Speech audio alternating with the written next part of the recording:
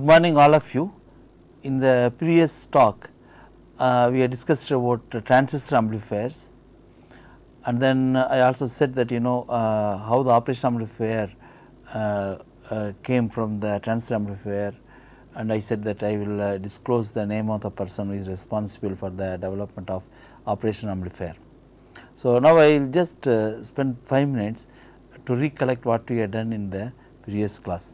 So, in the previous class that we have talked about this transistor amplifier, that is if I have a transistor, then if I want to amplify AC signal, then we had this kind of circuit.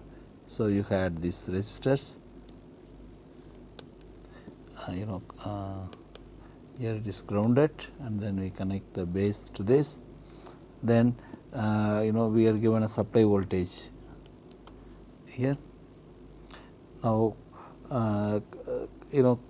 this is the load resistance, and this is the resistance which is connected in the emitter. The ratio between this and this, for example, if I call this is RL, if I call this is RL and if this is RE. So, the gain of the circuit actually is given by RL by RE. So, for example, I can have here 10 K and then I can have 1 K, that will give me gain of 10. Now, these two resistors, for example, R1 and R2 are biasing resistors. We said we will select these two resistors to get correct amplification. Normally, this is done by fixing this point. I take this point, fix this initially, without any AC signal. I fix this at midpoint of 15. There is a midpoint of 15 is 7.5 volt. So, I have to fix this at 7.5. So, if I have 10 K, then 7.5 have to come here, means around 0.75 milliampere current have to go through this. Then same current almost goes through this. That means if 0.75 milliampere goes, then this voltage will be 0.75 volt. So, we have to adjust these two resistors such that this is sitting at 0.75, that will automatically call for 0.75 plus 0.6, that is 0.75 plus 0.6, that turns out to be 1.35 volt. So, this has sit at 1.35 volt. So, I have to select this R1 and R2 such that this is sitting at 1.35.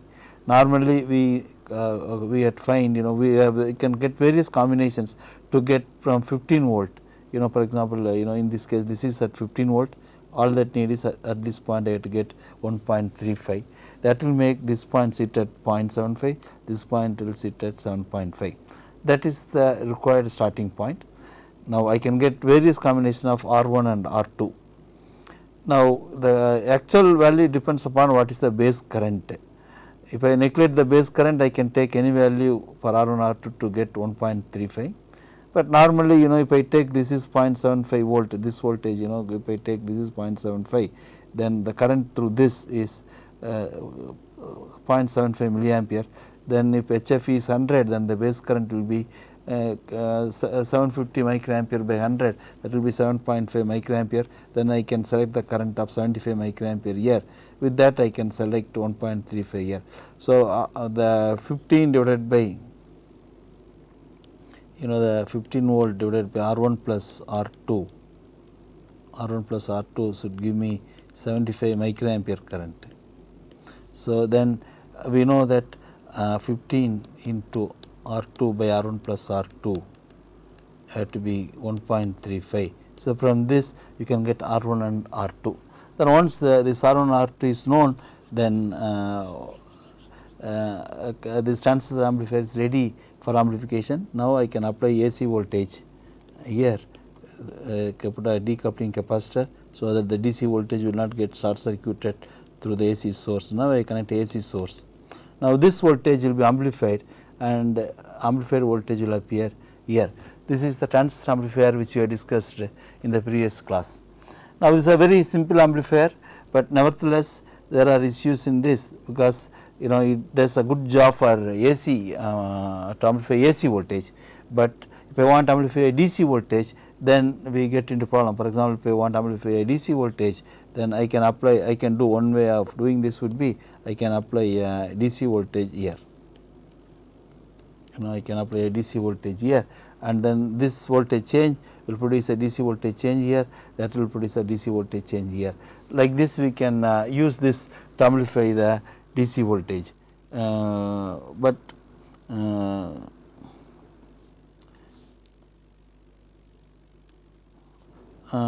one problem with this is that if I give this and get amplified voltage at this point,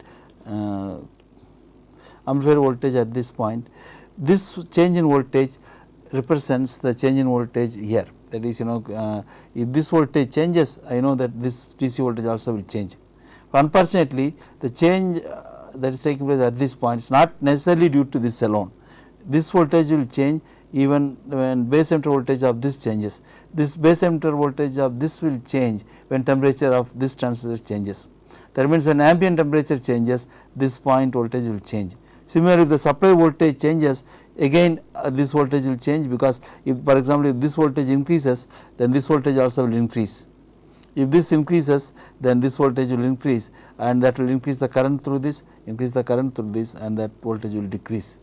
That means the voltage at this point can change due to this change in supply voltage as well as due to change in the temperature of this transistor. This was the biggest problem, and then because of this, to amplify DC, amplifying DC is a difficult job, and then there were various compensation techniques that were used, and even difference amplifier was tried, but then all these things are not very convenient to use. As I said last time, it was the birth of the operation amplifier that actually made the use of the electronic circuits, particularly the analog circuit, very easy, and then electronics started going only afterwards. So, as I said, this all had started from in 1942 during the Second World War, that is during the Second World War, they wanted to develop, that is the British Island was attacked by German aircrafts. So, they wanted to develop anti-aircraft system, so that when the aircraft is located in the radar, automatically the gun should be fired and the aircraft should be shot down. That was the thing that they were looking, and the job was actually given to the one Mr. Lobby-Julie, who said that you can develop the so called the present day operation amplifier in 30 days, and then using that MIT with the help of Bell Labs supposed to develop that so called gun director. So, actually what Lobby-Julie done was that he had developed the operation amplifier that can be used to amplify AC as well as DC, and when you amplify DC voltage, the inherent problem that we have discussed so far, that the output voltage can change due to temperature and change due to the supply voltage, that will not be there anymore. And also one need not struggle hard to bias the transistor and then select the resistance and so on. Everything can be inbuilt and one can use the amplifier as it is. So, that was the job that was given to Julie, and he had done remarkably that work. Now, if you look at that, what is that he had done to solve that two problems?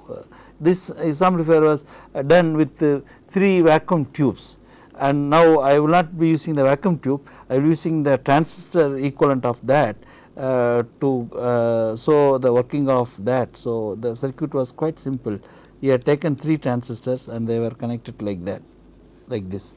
He had connected this and then this, and this was basically connected to minus 15 volt. This was connected to plus 15 volt. In actual circuit, it was plus 300 and minus 300, this with a vacuum tube, but here we are showing with transistor. Then the third transistor was connected here.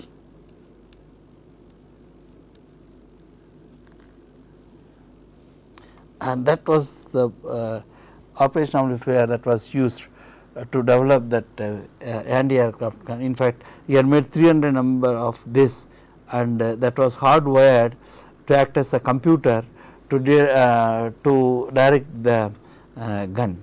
Now, what you can do is, for example, here this is acting as a this is acting as a non-inverting input of the operational amplifier. This is acting as inverting input of the operational amplifier. Output is taken from here. So, that is this is taken as output V0. Now, for example, if I apply a DC voltage here, I apply for example, I apply with respect to ground here the DC voltage. This is plus 15 minus 15, that means the supply is connected like this, and that is the ground, and that is the input voltage. So, for example, if I apply here say 2 volt, then I connect this to this point. Now, you will be surprised that if I give 2 volt here, if I look at this, I have given now 2 volt with respect to ground. Then if I look at the output here V0, this is also 2 volt with respect to ground, and this 2 volt will not change even if I change this or I change this or temperature of this or temperature of this or temperature of this, whatever may be the change, this will remain 2 volt as long as this remains at 2 volt. This is what indeed we wanted actually, because this was not achievable in the transistor in a simpler way. Now, let us see how first it is how it is working, and then secondly we see how that even with temperature how this is not changing, and as well even with the varying voltage of this and this, how the output is not changing. These 2 points we have to first understand. Now, for example, if you see the working of this, if I give here 2 volt, I know that this point has to come to 1.4, because base emitter voltage difference is 0.6. So, this is sitting at this is sitting at 2 volt. So, automatically I can say this is sitting at 1.4 volt. If this is sitting at 1.4, then there will be a current through this. Now, this current partly coming from here and then partly coming from here, but however, if I give 2 volt, this has to come to 1.4 and there is some current through this. If there is a current through this, there will be a voltage drop across this. Now, this voltage, the voltage across this resistor is actually nothing but base emitter voltage of this transistor. Now, we know that this is a PNP transistor, base emitter voltage had to be only 0.6 for forward biasing. That means, if there is a current and if that current produces voltage of 0.6 volt across this, then that 0.6 volt will make this transistor forward bias. That means, this will be start conducting. So, then the start conducting means the current will flow through this. Okay. So, that means, if I apply 2 volt, this fellow sits at 1.4, that makes the current flow through this, and that develops a voltage across this, and that voltage applied across this, that across base and emitter of this transistor. That makes this if the voltage is more than 0.6, then this transistor started conducting and the current is flowing through this. Now, as the current flows through this voltage positive voltage will start increasing, and then this gets more and more voltage. Now, assume that this voltage at this point goes more than 2 volt, because if I see, suppose if this is more than 2, so I assume that I go to 2.1, then what happens? This is already sitting at 1.4, this is this is sitting 1.4, this is 2.1, the difference is 0.7. That is very large, because above 0.6, then enormous current started flowing through the base emitter through the transistor. Now, if I assume this is at 2.1, automatically large current flows through this, and that will make this voltage increase. In fact, what happens if it goes to 2.1, this chap is not going to be 1.4, this chap will go to 0.6 less, that is, this fellow will go to 1.5. If this 1.5, this is 2, this is not going to conduct, because you see this is 1.5, this is 2, only 0.5 volt difference is there. So, this is not going to conduct. If this is not going to conduct, this cannot conduct. If this not conduct, this voltage will decrease. So, automatically what happens, once trying to go more than 2 volt, then this is all the current trying to come through this and very little current trying to come through this. And the other way around, if this voltage trying to go below 2 volt, for example, I take this and put it as 1.9, then if this is 2, automatically this will go to 1.4, this will go to 1.4. Now, if this is 1.4 and this is 1.9, then you have only 0.5 and this cannot conduct. Then heavy current flows through this, then heavy current heavy current flows through this, and this voltage increases. So, automatically if this voltage is trying to go more than 2 volt, that is if this is 2 volt, if this trying to go more than 2 volt, then that makes automatically this transistor conduct less and then it brings back to 2. In case if this goes below 2, then again below 2, then it makes this transistor to conduct more and this transistor to conduct more and brings back to 2. So, it has no other choice other than sitting at 2. So, automatically that means that if this point is kept 2, then there is no choice other than coming to 2. That is a wonderful thing, because if I fit 2 here, then this also will come to 2. And if we see what happens when temperature changes, even if temperature changes, if this is 2, this also will be 2 only, because if temperature changes, this base emitter voltage also will change, this base emitter voltage also will change.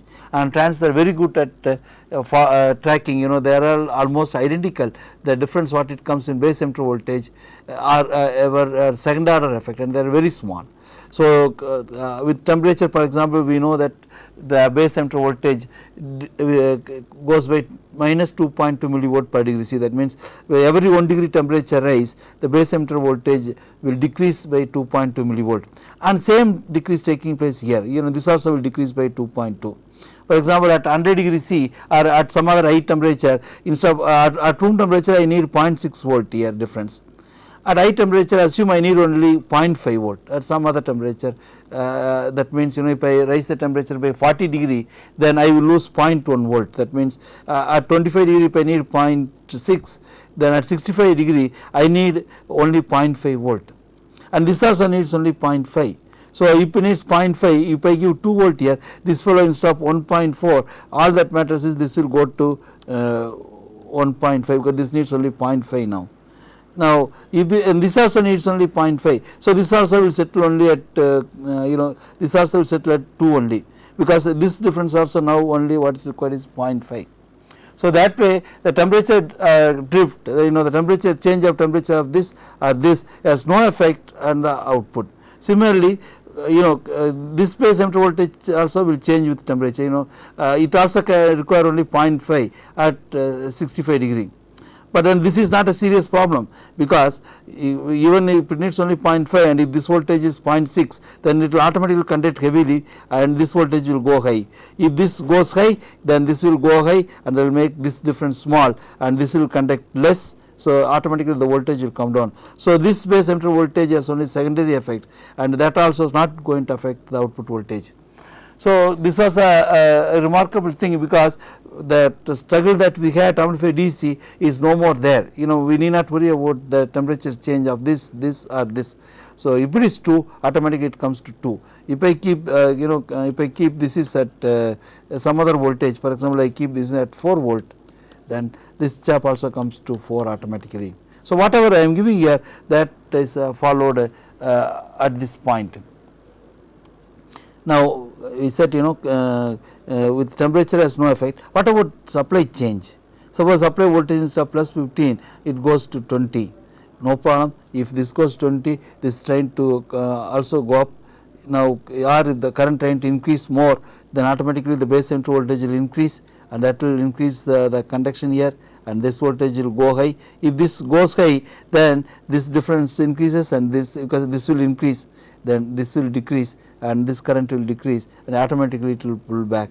So, either this or this has no effect at the output, and that is good, because whatever I am giving here, that appears here. But what is the use? Whatever voltage you are giving here, it comes as it is, which has no effect due to temperature or the supply. But what is the use of getting the same voltage here and here? Because if at all anything to happen, we want to particularly amplify the signal, then how to amplify the thing, that is done very easily. So, what you do is you have the voltage here, instead of directly connecting it here, I will put 2 resistance here, one here and one here to ground. So, if I give here 2 volt, I know this has to come to 2 volt. So, this will be 2 volt, For example, I put equal resistance here, this is R and this is R. That means whatever voltage is here is divided by 2, assuming the base current is negligible, that if I had to get 2 volt here, that means I had to get 4 volt here. So, if I give 2 here, this will come to 2 and this will come to 4 volt. And that 4 volt will remain constant, because this 2 volt will remain constant even if the temperature changes or the supply voltage changes, because I had given 2 and this has to come to 2, because if it is not coming to 2 or if it is less than 2, we know that less than 2, then this will conduct heavily and automatically the conduction will increase and it will go up.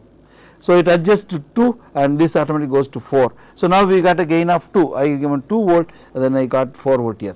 If you want different gain, all that I need to do is I have to only change the resistance here or here. If they fix this ratio different, then I will get different gain. For example, if I want gain 10, all that I should do is that I remove this and put 9K and 1K. If I put, for example, I put the resistance here 9K and then 1K. I put here 9K, then here 1K I put. Then if I give for example, here I give 1 volt signal input, then this have to come to 1 volt, and we know that if I have to get 1 volt, this is divided by 10, because 9K and 1K will make a division of 10. So, if I have to get 1K, I have to get here 10 volt. So, this point will go to 10 volt, there is a gain of 10.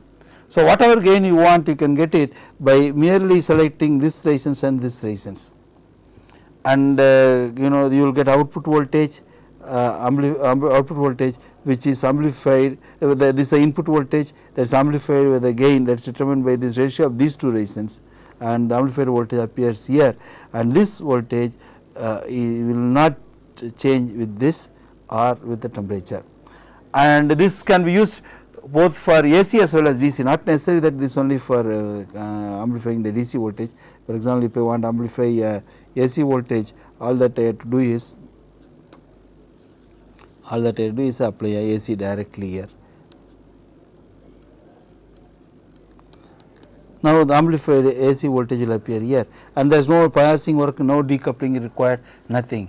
You give the voltage and take the output here, and this was the first operation amplifier developed by Mr. Joule, and that had solved many problems. It was done during the Second World War, and then this was handed over, as I said, to the MIT, and then they made it as a gun director, and it was a successful project.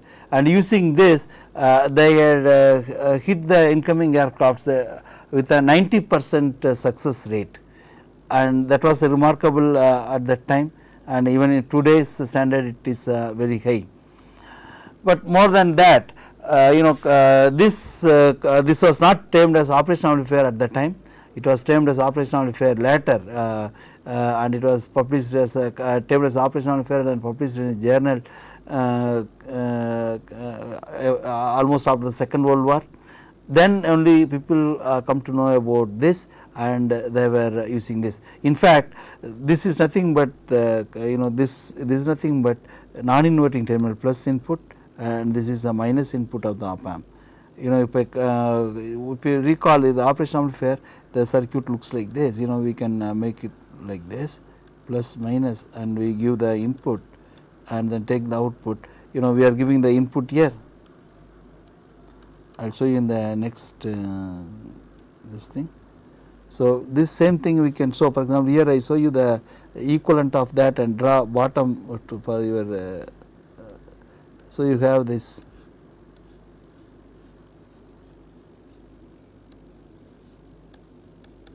And the signal is applied here.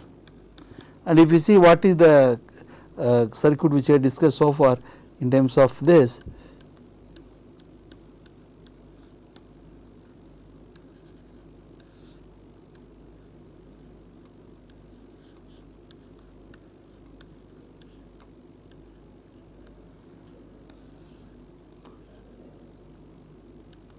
this plus input is this, and we are given the input here to the ground, and then this the minus input is this.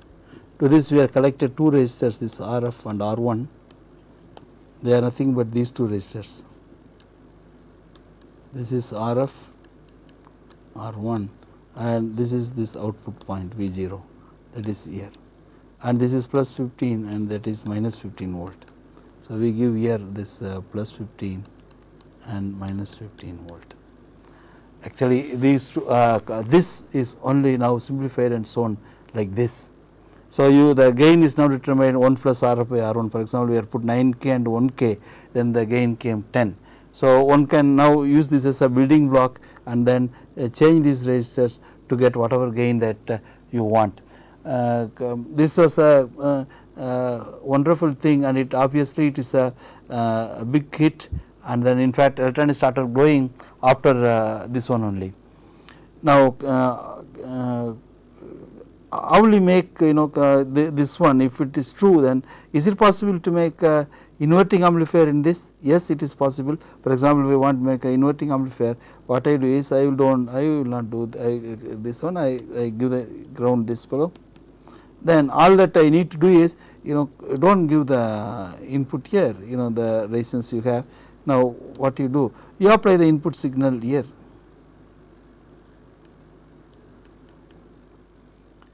Now at this point you have two contributions, that is one from the signal source, other from the output. Since this is 0, this also have to come to 0. So what happens is that what happens is if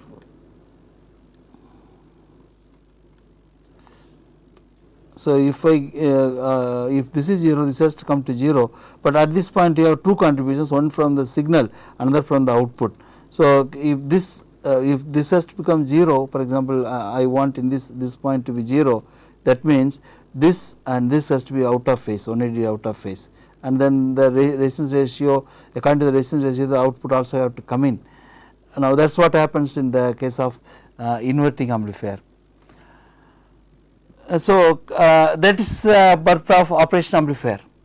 Now okay, then if it is the case, what is that we can do with this? Because we had seen about the use of transistors, we have seen how the operation amplifier had come in and so on. But then what is that we can do with these transistors and operation amplifier?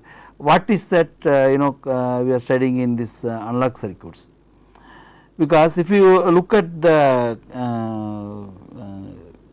actual today's use, if you look at the electronic instruments, we see a lot of transistors actually. What happens is that if you will see there are transistors, because then also we see some MOS transistors, then we also see op amps,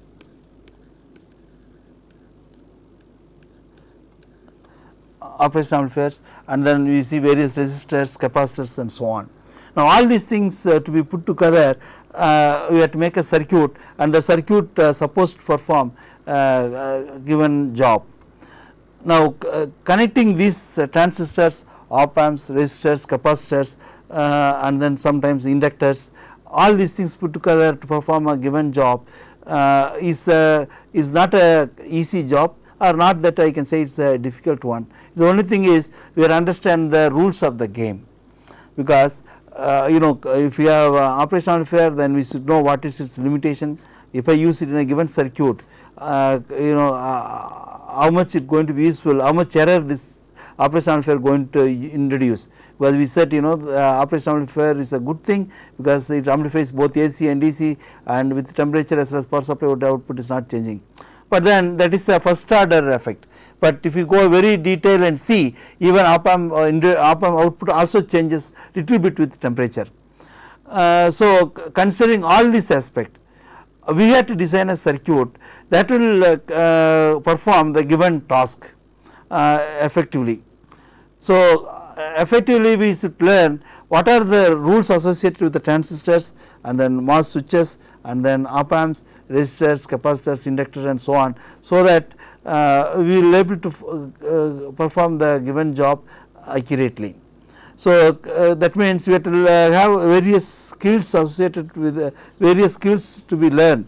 Now if it is a digital circuit, you have to learn only the logic function, how the logic works, and normally we do not bother much about how the internal circuit is working. and that is not anymore possible with analog circuit. Analog circuit design involves lot of analytical thinking, how to put these components together.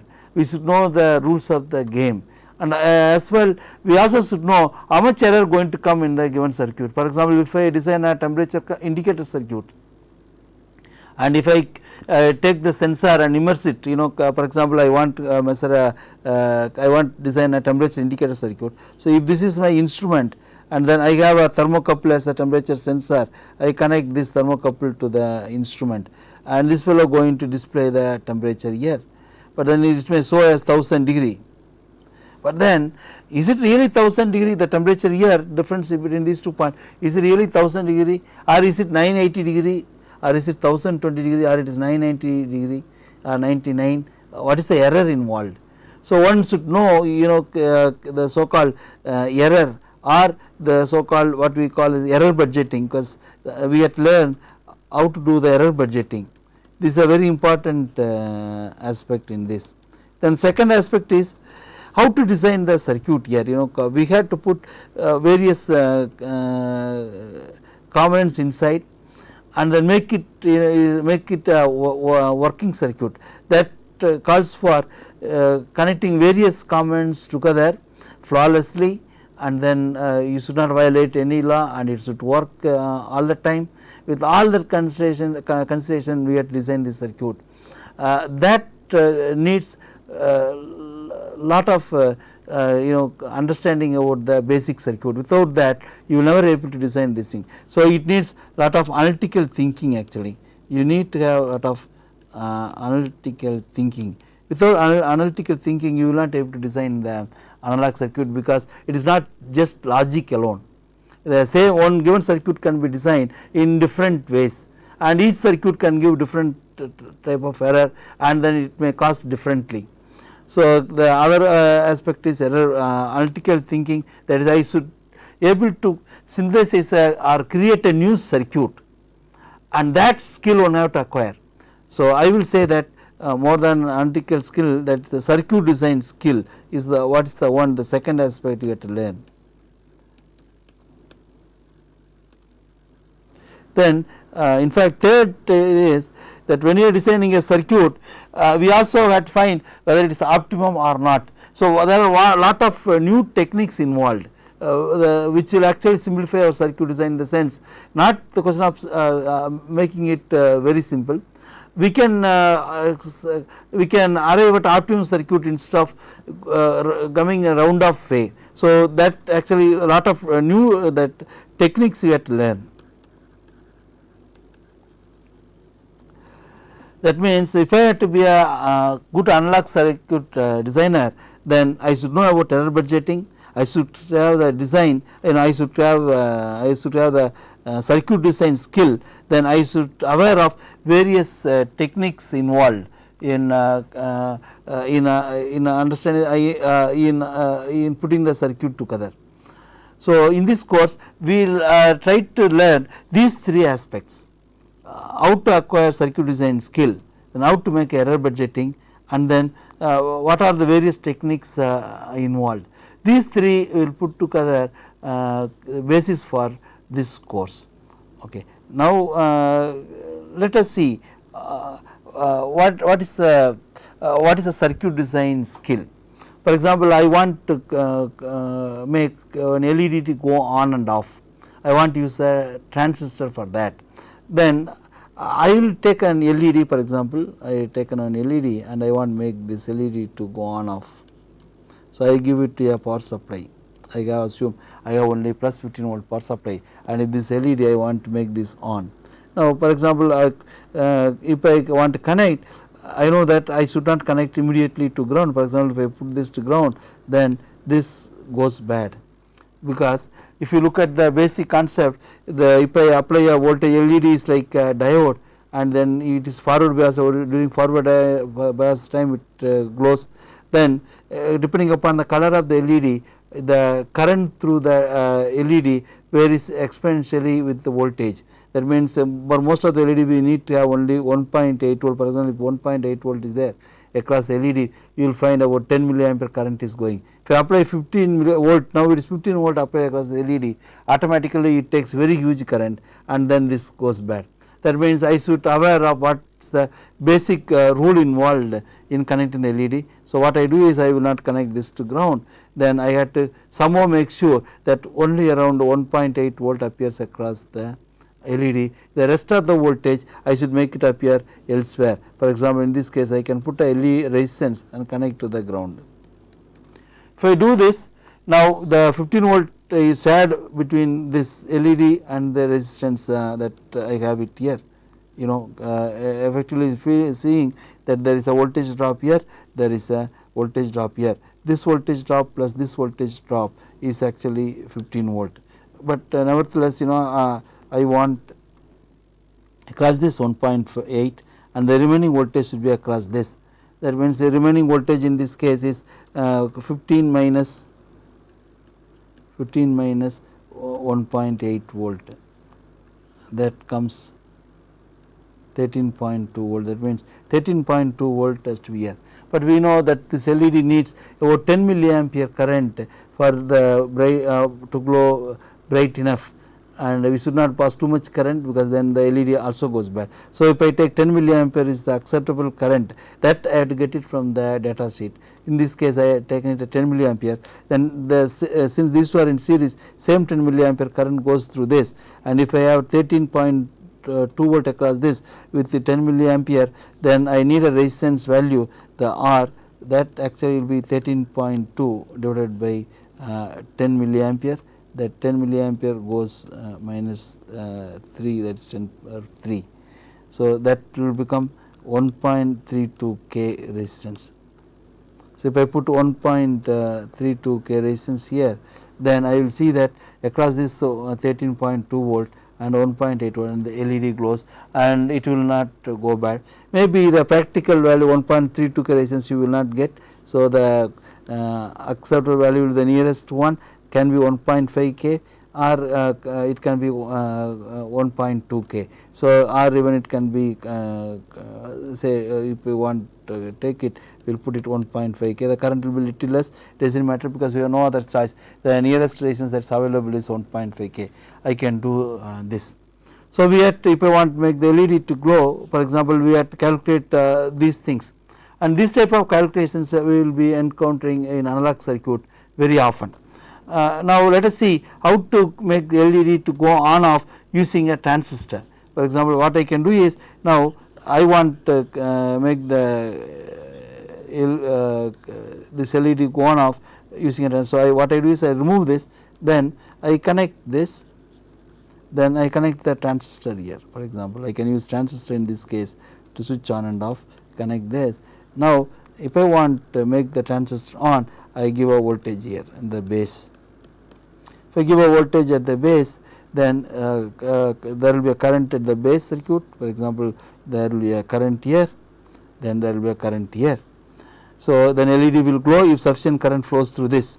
Now, we want a 10 milliampere current through this, and then this is the transistor connected. Another question is how much voltage I have. Assume that I have here another same 15 volt supply is here. Then the question is what resistance I have to use here.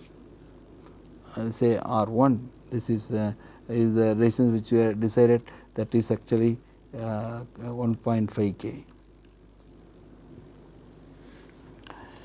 Now, what is the resistance value R1 I have to select, because we have fixed 10 milliampere current through this. If 10 milliampere current I have to go through the collector circuit, we know the base needs some current. The base current, that IB is how much, what is the base current we have to find out. Now, to know the base current, I should know the beta of this transistor. Assume the beta of the transistor is 100. So, I see the collector current is 10 milliamps. So, the beta of the beta is ratio between these two. So, automatically IB comes your IC, that is 10 milliampere divided by 100, that is you will have only 0.1 milliampere current flowing here, that is this current is 0.1 milliampere. So, 0.1 milliampere current it's 100 times amplified, and then 10 milliampere current is flowing through this, and then the LED glows. So, I need 0.1 milliampere. Then the question is, what is the value of R1 I have to select. Now, we know that this is this point is 0, and then we know this point I have to sit at 0.6, because base emitter per forward bias we need 0.6. So, this is 0.6. So, this is 15. So, voltage across this resistance is 15 minus 0.6. So, that is 14.4 volt. So, we have voltage across this resistance turns out to be 14.4 volt, because this has no other goal than sitting at 0.6, because if it is less than 0.6 it will not conduct. If there is no current, then if it is not conductive, there is no base current, then automatically there will not be any voltage drop. So, once you connect like this will automatically come to 0.6. So, that makes this fellow to get 14.4 volt. If it is 14.4 volt, and then we know that what is the required current is 0.1 ampere, then what is the R value I have to put. So, you had this voltage is actually 14.4 volt, and then the current is actually 0.1 amps, then the resistance R that can be calculated, that actually that should give this one 14.4 divided by this 0.1. So, that 0.1 milliamps, sorry, this is 0.1, I is 0.1 milliamps. So, if I take the milliamps here, that actually makes 10 power 3. So, that comes 144 K. So, the if I have this R1, that is this R1, I need 144 K, that will make sure that 0.1 milliampere current is flowing through that. Now, if I see the nearest available value is 120 K resistance available, or I can have 100 K, because if the current goes more than 0.1, no harm. What is required is 0.1 milliampere current minimum, that will make sure your 10 milliampere current is flowing, and we are using the transistor as a switch. We are not operating it in the linear region. So, if we send anything more than 0.1 milliampere, that is no problem. So, if I put 144 K, you will have 0.1 milliampere current. If I put 100 K, a little more than 0.1 milliampere current, that is good, no harm. So, you can select this R1 as a practical value 100 K.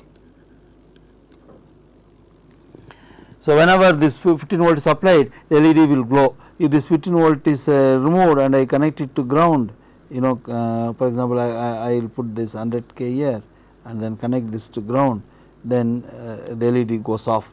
Here we are using this transistor as a switch, because in the analog circuit course we will be using transistor or MOSFET as a switch at very many times. So, it is essential that we are aware of these calculations and the importance of this, because many of them have a doubt that if I need 0.1 milliampere, I have to give only 0.1 milliampere.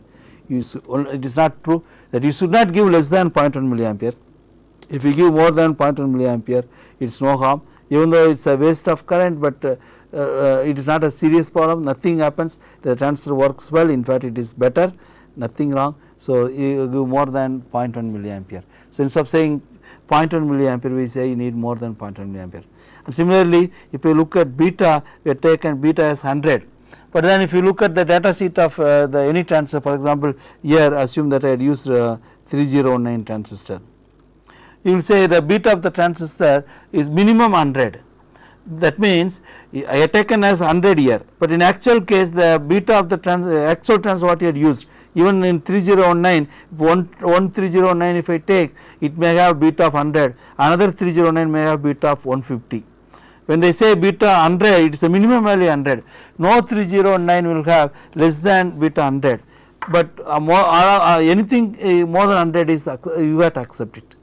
You may have a transistor 3019 with beta of 200 also, you may get it when you buy 100 numbers 3019 from one particular company, or 1000 numbers you buy.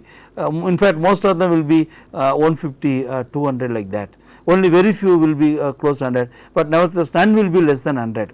So, in this case we always take the worst case parameter that is required, because if I assume beta is the 100 is the here in this case I have taken beta as 100, that is the worst case value. So, if I design with beta 100, then no problem, any transistor I put it will work, because if the beta is more, I need only low current, but anyway I am giving more than required. So, no harm, it works as a switch.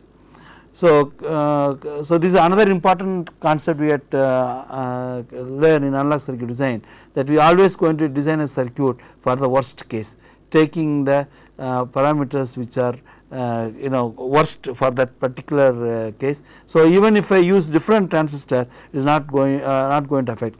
That is why it is not necessary, if I arrive at 144K, there is no point in looking for 144K resistance, because in actual case anyway whatever transistor you use, that beta need not be 100, that going to definitely different, going to be more than 100. So, there is no point in calculating the resistance so accurately and putting it there, that has no real meaning, it is only academic interest. So, this should be kept in mind when using the transistor. Now, let us see what are the other things they have done using the transistor earlier, before the operational amplifier had come in. Now, for example, see other application that using transistor they have done was voltage regulators. For example, we might have seen transistor as a voltage regulator. In fact, voltage regulator was designed much before transistor came in, using vacuum tubes only. The first voltage regulator had come in. In fact, it was published in Journal of Physics E in 1930, the voltage regulator using vacuum tubes. But here I will show you how to design how the voltage was designed using transistor, a very primitive regulator. For example, what they had done was they had taken a transistor like this, then they had put the resistance here, then the so called error amplifier was built in here. They put the Zener diode here, and that is the input voltage which is unregulated. This is the unregulated input, and then I have these two resistors connected to this, and that is the regulated output. So, the V0 is the regulated output, and then to bias this, there another resistance is put here. So, this is the, for example, assume that this is 20 volt DC, and this is unregulated in the sense this voltage may be varying, say 20, it may go up to 28, down it may come to 15, assume that this is the case. So, this voltage can be anywhere from 15 to 28, but what I want here is the output to be steady 10 volt, I want steady 10 volt, that this circuit does. Now, if you look at it how it is working, now this is a Zener voltage, Zener diode. Now, if I, for example, I can remove this, that is I put only this. Now, this is nothing but biasing the Zener. So, now there will be a current through this, that will be flowing through this Zener. Assume this is a 5 volt Zener. That means, if sufficient current flows through the Zener, this will set at 5 volt. It will be always 5, it will not change, then it will not change, this will be only 5 volt.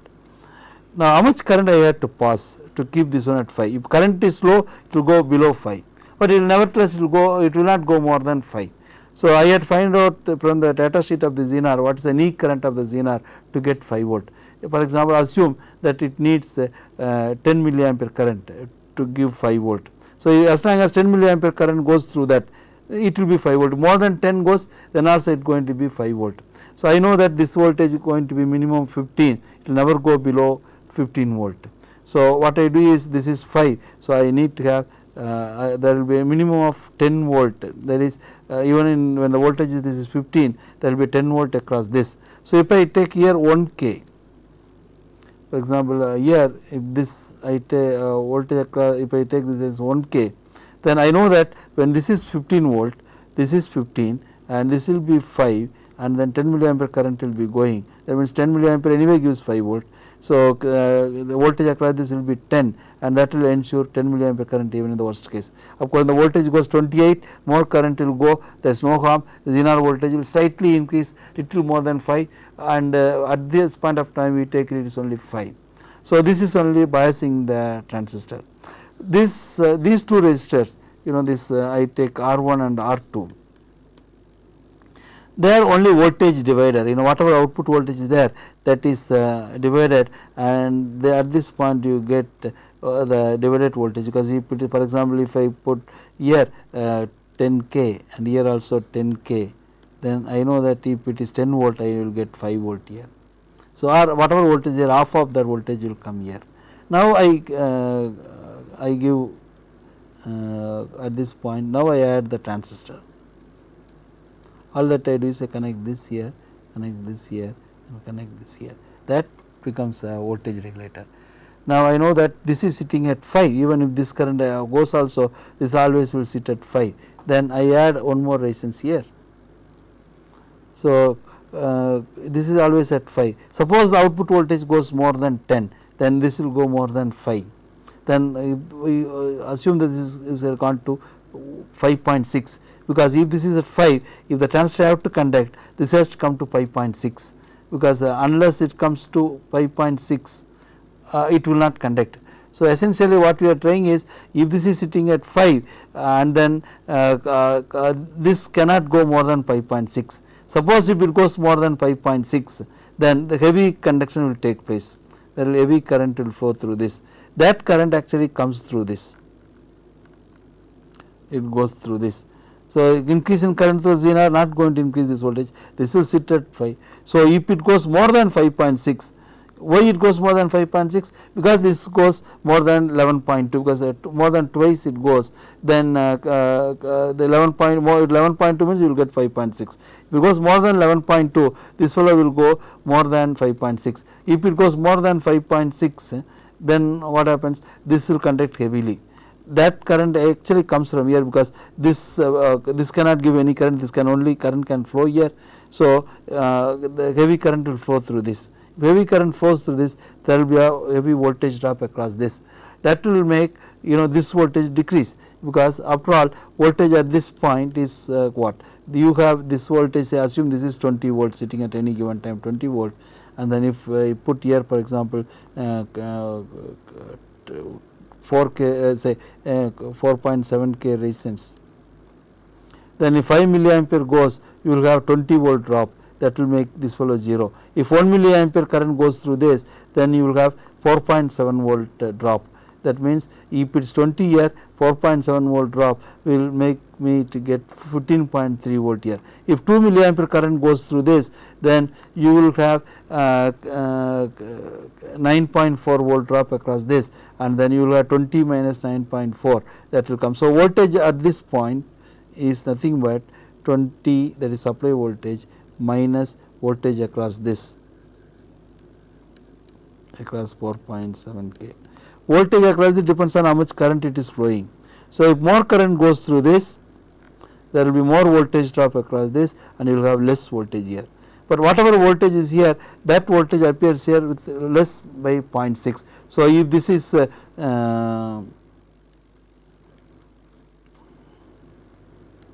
if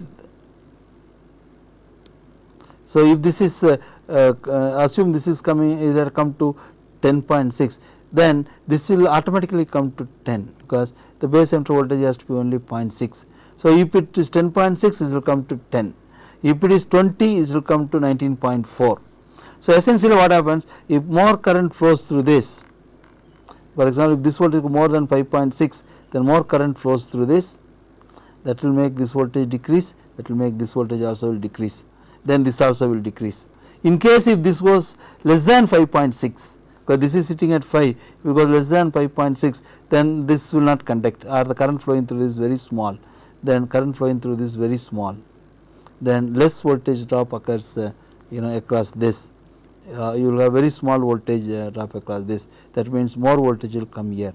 Other way around, if this goes less than 5.6, less current through this and more voltage at this point, then voltage will go up here also. In case if this goes up and this also will go up. If it goes more than 5.6, then again the conduction will increase and this voltage will decrease and this will decrease. So, eventually if it is set at 5, this have to sit only at 5.6, there is no other go. If you try to go up, immediately this decreases and then this decreases. If it goes below 5.6, immediately this will go up and then this also will go up. So, automatically if I set 5, this will sit at 5.6. If this sit at 5.6, I know that voltage across this 5.6 means the base current is negligible. So, this current and this current are same. So, if across this 5.6 means because across this whatever voltage there only I am here, across this also 5.6. So, you will get voltage of 5.6 plus 5.6, that is 11.2 volt it will come, and 11.2 volt is what it stabilizes here. For example, if I vary this, for example, I can vary this resistance R1, R2, for example, I vary this resistance, then I will find voltage is changing. But nevertheless, this 11.2 will always remain constant, whether I put a load here or I remove the load, whatever it is. If I am not changing this, for example, if I put this and this equal, then I will get 11.2. Suppose if I change this, of course it will change, and it is a good example of showing how the transistor was working. In fact, transistor was used as a voltage regulator, and then this is a simple voltage regulator using transistor, and you can get a regulated output. Of course, it is not a very good regulator. If I change the load, the output will not be strictly 11.2, it will be slightly changing.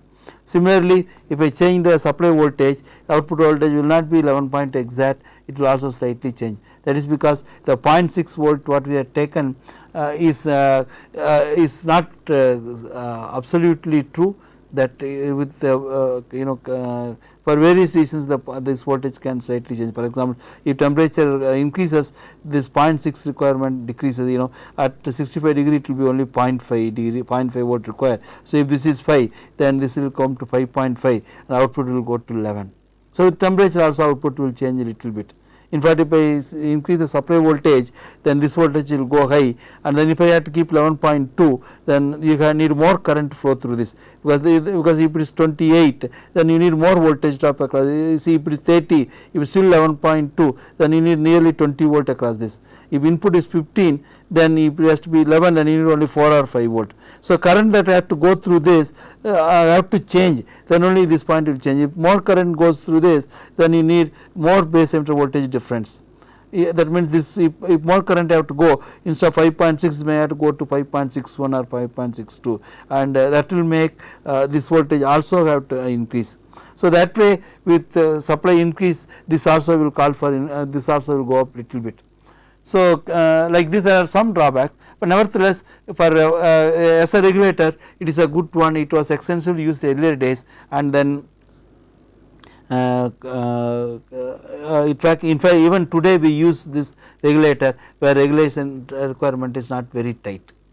Okay. So, we had seen about transistor usage, and then also we had seen how the op amp are born from transistor, and what were the drawbacks of the transistor. The drawbacks of the transistor was the voltage drift and then voltage change due to supply voltage variation. These two are eliminated by using the operation amplifier that was done by Julie. Then also I had shown you this time how to use the transistor as a switch and how to use the transistor as a voltage regulator.